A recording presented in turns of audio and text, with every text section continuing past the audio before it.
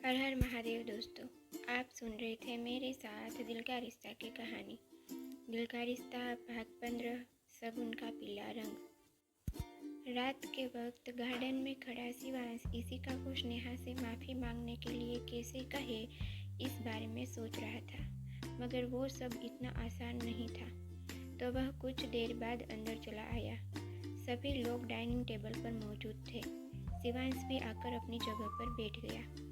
आज वापस से शिवांश स्नेहा के सामने बैठा था तो स्नेहा नजरें झुकाए खा रही थी। स्नेहा खाते हुए मन ही मन सोच रही थी, इन्हें भी कोई काम नहीं है। जिनकी आंखें पढ़नी चाहिए उनकी पढ़िए ना, उनकी तो पढ़ते नहीं, बस मेरे पीछे पड़े रहते हैं। डिनर के बाद देवयानी जी, राजेश्वरी जी और बुआ जी ने कल सुबह होने वाली गणेश पूजा की कुछ तैयारियां की। अब शादी वाले घर में तो ढेरों काम रहते हैं, तो सभी लोग आज की रात देर से ही सोने वाले थे। आकाश, स्नेहा, अनिका, वैदेही और शिवांश हॉल में बैठे हुए थे। आज शिवांश को भी साथ देखकर आकाश ने तुरंत कहा, क्या भाई, आपकी तबीयत तो ठीक है ना? आप आज हम सबके साथ बैठे हैं। क्यों नहीं बैठ सकता क्या? से भी किसी ने मुझसे कहा था कि शादी की रस्म में पूरे मन और दिल से शामिल होना। शिवांश ने स्नेहा की ओर देखते हुए कहा। आकाश ने शिवांश की नज़रों का पीछा किया तो पाया कि शिवांश का इशारा स्नेहा की तरफ था, तो उसने तुरंत शरारती मुस्कान के साथ कहा, ओह तो ये बात है, मगर ऐसा कहा किसने? नेहू ने ना? आकाश की बात सुनकर स्नेहा चौंकी। उसने शिवांश की ओर देखा तो वह उसे ही देख रहा था। ये देख स्नेहा सोचने लगी, कहीं तो ऐसे रहे हैं जैसे मेरी हर बात मानते हैं, ऐसे तो हर वक्त लड़ने के लिए तैयार रहते हैं, और आज सभी के सामने जता रहे हैं कि जो मैं कहूँ ये वो करते ही करते हैं। शिवांश भी स्नेहा की आंखों में देखते हुए मन ही मन सोचने लगा, करता ही हूँ, आजमा कर देख लो।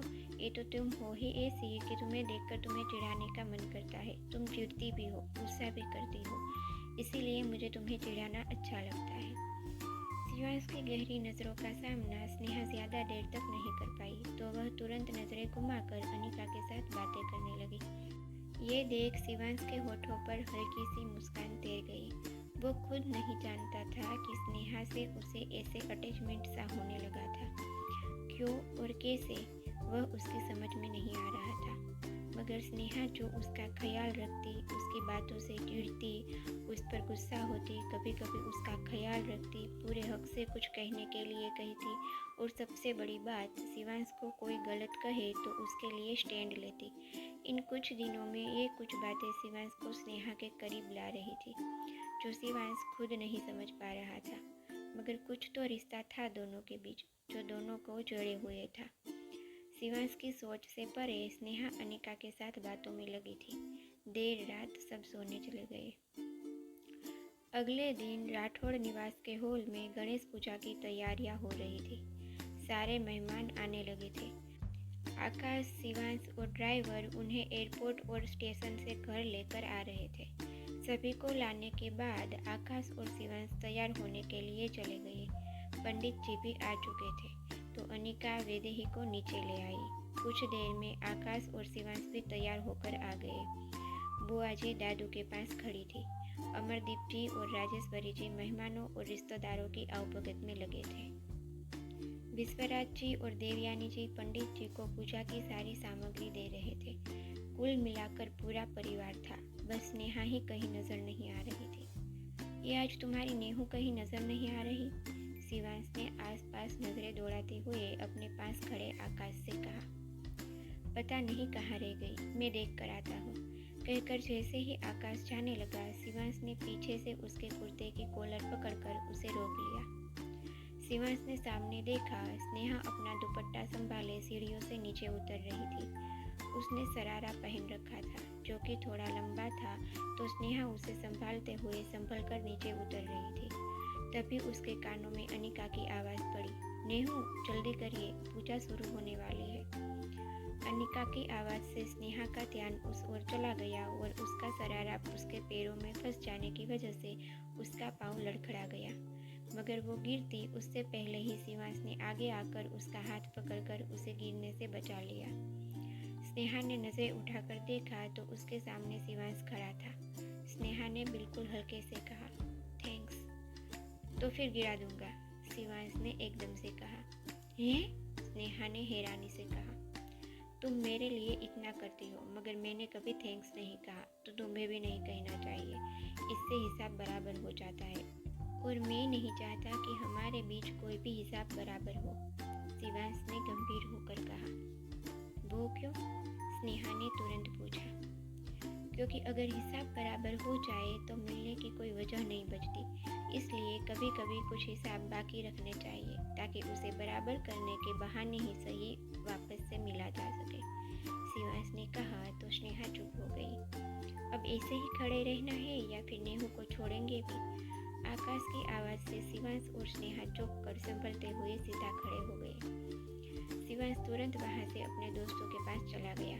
स्नेहा ने देखा कुछ औरतें उसे ही घूर रही थी, तो वह नजरें झुकाए अनिका के पास चली आई। इस बीच गणेश पूजा की विधि प्रारंभ हो चुकी थी। पूरा हॉल रिश्तेदारों और मेहमानों से भरा हुआ था।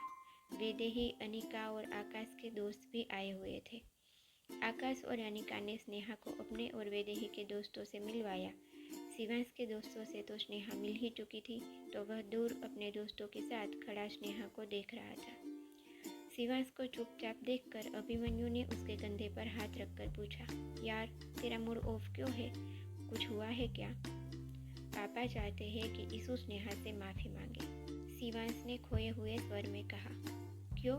उस रात पार्टी वाली बात को लेकर? आर्यन ने पूछा। कल घर आकर उसने जो तमाशा किया उसके लिए, शिवांश ने कहा। और कल इशिका ने जो किया वो सब आर्यन और अभिमन्यु को बता दिया। आर्यन ने सोचते हुए कहा, पार्टी में भी इशिका ने कम तमाशा नहीं किया था। माफ़ी तो उसे मांगनी चाहिए, मगर क्या वो मांगेगी? मुझे तो नहीं लगता। भाई, मुझे तो लगता है तुझे इशिका को सीधे सीधे बोल देना चाहिए कि तुझे उससे दोस्ती रखनी ही नहीं है। अंकल सही ही तो कहते हैं। उसके पापा ने जो किया उसके बाद उनके परिवार से तेरा कोई रिश्ता नहीं होना चाहिए। वैसे इशिका कुछ कम नहीं है, वो भी तेरा इस्तेमाल ही करती है, अभिमन्यु ने शिवांश को समझाते हुए कहा। मेरा बस चलता तो मैं तो कब का उसका और उसके बाप का मर्डर कर चुका होता, मगर तुम्हारी वजह से कुछ कर नहीं पाता, आर्यन ने अपने दाएं हाथ की मुट्ठी बनाकर बाईं हथेली पर मारते हुए कहा। ठंड रख यारा, जब सही वक्त आएगा तुम्हें भी मौका मिलेगा, तब तक शांत रहो, शिवांश ने आर्यन का गाल थपथपाकर कहा। लेकिन माफ़ी का क्या? वो स्नेहा से मांगेगी, अभिमन्यु ने कहा। कुछ सोचते हैं, शिवांश ने खोए हुए स्वर में कहा। स्नेहा इधर अनिका और आकाश के बीच खड़ी गणेश पूजा होते देख रही थी। उसके होठों पर बहुत प्यारी मुस्कान थी। गणेश पूजा के बाद चाक पूजा होनी थी, तो अनिका और स्नेहा वैदेही को उसके लिए तैयार करने ले गई। स्नेहा सुबह से ही बहुत खुश नजर आ रही थी। दादू और देवयानी जी को भी उसे खुश देखकर तसल्ली हुई कि कम से कम स्नेहा अपना दर्द भूलकर कुछ तो खुश हुई, वरना उसके अंदर जो दर्द भरा था वो उसे अंदर ही अंदर खा जाता। दादू ये सब जानते थे। परिवार के बारे में बताते हुए उन्होंने स्नेहा की आंखों में दर्द देखा था, इसलिए आज स्नेहा को खुश देखकर वो भी खुश थे। कुछ देर बाद वैदेही आ गई तो चाक पूजा की रस्म कर सभी लोग दोपहर का खाना खाने चले गए। शिवांश की नजरें स्नेहा पर ही थी। हर वक्त दौड़ती भागती स्नेहा को आज उछलने में दिक्कत हो रही थी, ये वह साफ देख पा रहा था। जब वह खाना खाने चली गई तो शिवांश ने अनिका के पास आकर पूछा, अन्नू, ये स्नेहा ने ऐसे कपड़े क्यों पहन रखे हैं? उससे चलने में भी दिक्कत हो रही है। वो तो बड़ी माँ उनके लिए लाई थी बिना नाप के लिए, तो स्नेहा की हाइट छोटी होने की वजह से उन्हें थोड़े लंबे हो रहे हैं, अनिका ने कहा। तो नाप के लेने चाहिए ना, शिवांश ने कहा। बड़ी माँ स्नेहा को बोलती तो वो शायद ना लेती, इसलिए उन्होंने बिना कहे ही ले लिए। अब ऐसे में तो सही नाप के कपड़े नहीं आ सकते, अनिका ने कहा। ठीक है, तुम जाओ, शिवांश ने कहा। तो अनिका बाहर चली गई। शिवांश अनिका के जाते ही किसी के साथ फोन पर बात करने लगा। थोड़ी देर बात करके वो भी खाना खाने चला गया। चाक पूजा के बाद हल्दी की रस्म होनी थी, जो कि बाहर गार्डन एरिया में रखी गई थी, जिसकी सारी तैयारियां भी हो चुकी थी। गार्डन के बीचों बीच एक स्टेज पर गद्दा लगाकर उसके ऊपर से लेकर नीचे तक गेंदे के फूलों की लड़ियां लटक रही थी। स्टेज के ठीक पीछे बड़े बड़े अक्षरों में हल्दी लिखा हुआ था। स्टेज की दोनों तरफ सीमेंट के पिलर पर तांबे के थाल रखे हुए थे जो गेंदे के फूलों से भरे हुए थे। चारों तरफ पीले रंग के पर्दे लगे थे। सब पीला ही पीला नजर आ रहा था। कुछ देर बाद बाकी सब भी पीले कपड़े पहनकर आ गए। स्नेहा ने पीले रंग का सूट और सफ़ेद रंग का दुपट्टा डाला हुआ था जो कि उसने हरिद्वार से खरीदा था। अब वो उन कपड़ों में कंफर्टेबल थी। कानों में बुआ जी ने दिए बरेली के झुमके पहन रखे थे जो हवा की वजह से आवाज़ कर रहे थे। होठों पर मेहरून रंग की लिपस्टिक, हाथों में पीली चूड़ियाँ और आँखों में काजल लगा रखा था। वैसे तो उसकी आंखें बिना काजल के भी काजल से सनी हुई लगती थी क्योंकि उसकी पलकें बहुत बड़ी थी। शिवांश ने उसे इस लुक में देखा तो हल्का सा मुस्कुरा दिया। वह भी पीले कुर्ते और सफ़ेद चूड़ीदार में गजब ढा रहा था। वहाँ मौजूद सभी लड़कियों की नज़रें शिवांश पर ही थी जो कि राजपूत घराने से थी। वहीं कुछ लड़के स्नेहा को भी देख रहे थे। वो भी राजपूत थे जो स्नेहा की मासूमियत से कायल हो चुके थे। देवयानी जी ने वैदेही को उसके लिए बने स्टेज पर बिठा दिया। फिर एक एक कर सभी आकर उसे हल्दी लगाने लगे। शिवांश की नज़रें स्नेहा पर ही थी जो कि सभी को मस्ती करते देख खिलखिला रही थी क्योंकि सभी ने मिलकर वैदेही को हल्दी से पोत दिया था। जब शिवांश हल्दी लगाने आया तभी स्नेहा हल्दी लगाकर पलटी और उसके हाथों की हल्दी शिवांश के कुर्ते पर लग गई। शिवांश के कुर्ते पर स्नेहा के हाथों की पीली छाप पड़ गई थी जो कि शगुन का रंग माना जाता है। ये देख अनिका हंसने लगी। शिवांश ने उसे घूरा तो वह एकदम से चुप हो गई। वहीं स्नेहा मन ही मन बड़बड़ाई, मर गई, अब ये सबके सामने मुझे सुनाएंगे। अब हटोगी तो मैं भी अपनी बहन को हल्दी लगा लूँ।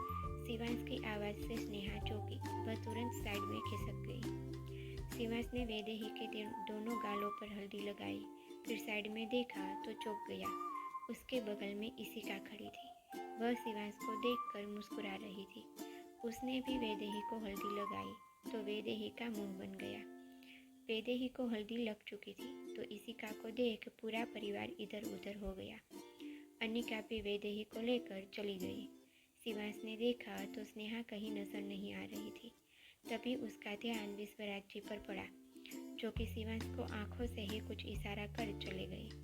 तो शिवांश का चेहरा गंभीर हो गया। हेलो, क्या अभी भी मुझसे नाराज हो? इशिका ने शिवांश की आंखों के सामने हाथ हिलाकर कहा तो शिवांश जैसे नींद से जागा। ऐसी कोई बात नहीं है। शिवांश ने कहा ही था कि उसके फ़ोन पर एक मैसेज आया जिसे पढ़कर उसने आसपास देखा। फिर इशिका की तरफ देखकर कहा, एक्सक्यूज़ मी, मैं बाद में बात करता हूँ। इशिका अभी कुछ कही थी इससे पहले ही शिवांश वहाँ से चला गया। इसी के साथ इशिका का गोरा चेहरा गुस्से से हल्का लाल हो गया। तो ये था दिल का रिश्ता कहानी का 15वां भाग। आगे के भाग सुनने के लिए मेरे चैनल से जुड़े रहिए और अगर कहानी पसंद आए तो कहानी को लाइक और कमेंट करना ना भूलें। तो जल्द ही मिलते हैं अगले अध्याय के साथ। तब तक के लिए हर हर महादेव।